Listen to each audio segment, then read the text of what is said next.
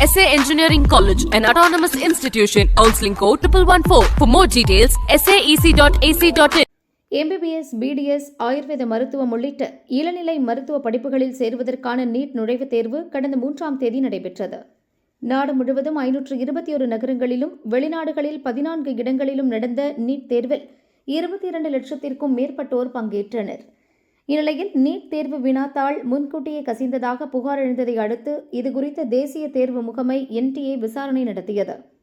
வினாத்தாள் கசிந்ததற்கான வலுவான ஆதாரங்கள் கிடைத்ததை அடுத்து மே 3ஆம் தேதி நடந்த நீட் தேர்வு ரத்து செய்யப்படுவதாக NTA அறிவித்தது. இது தொடர்பான CBI விசாரணையில் மகாராஷ்டிரா, ராஜஸ்தான் உள்ளிட்ட நாட்டின் பல்வேறு பகுதிகளைச் சேர்ந்த ஆசிரியர்கள், பயிற்சி நிறுவனங்கள் நடத்துவோர் கைது செய்யப்பட்டுள்ளனர். விசாரணை தொடர்ந்து நடக்கிறது. இதை அடுத்து வரும் ஜூன் 21 நீட் மறுதேர்வு நடத்தப்படும் என NTA அறிவித்துள்ளது. மாணவர்கள் மீண்டும் விண்ணப்பிக்க தேவையில்லை. அவர்கள் செலுத்திய தேர்வு கட்டணம் திருப்பி தரப்படும். NTA அதன் சொந்த செலவில் மறுதேர்வு நடத்தும் எனவும் அறிவிப்பு வெளியானது. மாணவர்கள் தாங்கள் விண்ணப்பித்த போர்ட்டலில் தங்கள் வங்கிக் கணக்கு விவரங்களை மே 27ஆம் தேதிக்குள் பதிவு செய்ய NTA வலியுறுத்துகிறது.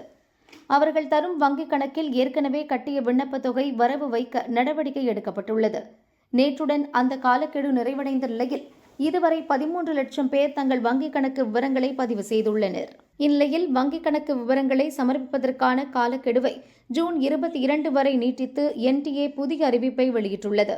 இதனால் வங்கிக் கணக்கு விவரங்களை இதுவரை பதிவு செய்யாத லட்சக்கணக்கான மாணவர்கள் நிம்மதியடைந்துள்ளனர்.